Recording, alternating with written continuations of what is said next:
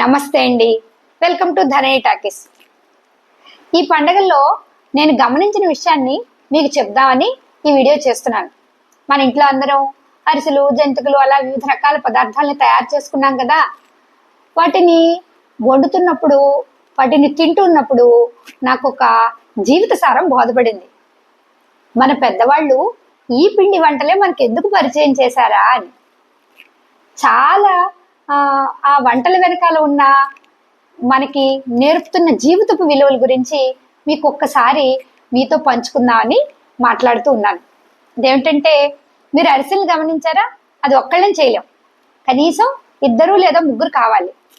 వరిపిండి బెల్లమే.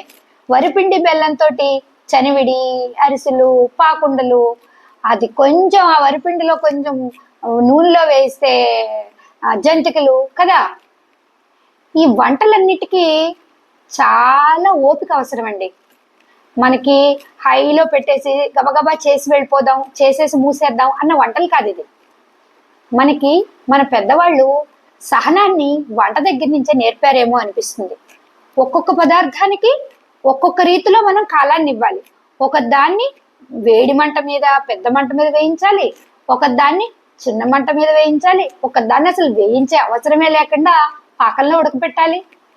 అంటే రుచి రావడానికి ఒక్కొక్క పదార్థాన్ని ఒక్కొక్క రీతిలో నేర్పటం, దాన్ని నలుగురితోటో, 2తోటో, 3తోటో కలిపి వండడం, ఇది చాలా అద్భుతమైన విషయం అండి. వంట మొత్తంలోనే సమాజంతో మనం ఎలా ఉండాలో చెప్పేశారా అనిపించింది. మీకు ఫలితం అంటే ఆ ఒక విషయాన్ని మొదలుపెట్టినప్పుడు, ఒక పనిని మొదలుపెట్టినప్పుడు ఫలితం రావడానికి ఒక్కొక్క దానికి ఒక్కొక్క టైం పడుతుందని ఇండైరెక్ట్గా మనకు వంటలతో చెప్పారు. వంట అంటే మనం భరించలేనిది, అది వండలేనిది, అదొక పనికిరాని కార్యక్రమంలా కాకుండా మీరు ఇలా ఆలోచించి చూడండి. అందుకే మనం మన పిల్లలకి ఖచ్చితంగా వంట గురించి నేర్పాలి. ఒక పదార్థం ఒక రీతిలో ఉడకాలి, ఉడికేదాకా మనం ఓపికగా ఉండాలి. ఈ రుచి లేదా దాని మీద మనం పెట్టిన సమయము, దాని నుంచి తిన్నవాళ్ళు పొందే ఆనందం, ఈ 3 మనల్ని కొత్త వంట చేయడానికి, అలాగే జీవితంలో కొత్త పని చేయడానికి మనకి ఉత్సాహాన్ని ఇస్తాయని పిల్లలకి చెప్పాలండి.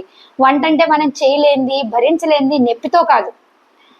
ఎంతటి అద్భుతమైన విషయం అంటే, కొన్ని ఉడకబెట్టడం, కొన్ని వేయించటం, కొన్ని ఎండబెట్టడం, ఇవన్నీ మనం జీవన నైపుణ్యాలని మనం జీవితంలో కొత్త కొత్త విషయాలు తెలుసుకోవడానికి మనకు కావాల్సినవన్నీ కూడా మన సాంప్రదాయ వంటల్లోనే ఉన్నాయా అనిపించింది.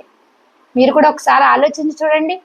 ఏదో నెలకు 1సారో 2సార్లో మనం వండలేక బయటకు వెళ్ళడమో, లేకపోతే ఎవరైనా వండితే తీసుకోవడం, కానీ వంట అన్నది ఒక యజ్ఞంలాగా, వంట మనకి జీవిత సారాన్ని బోధించే విషయంలాగా చూస్తే అద్భుతంగా ఉంటుంది. మీరు మీ ఇంట్లో మీ పిల్లలకు కూడా ఈ విషయాన్ని చెప్తారని, ఆలోచిస్తారని అనుకుంటూ ఉన్నాను. Thank you.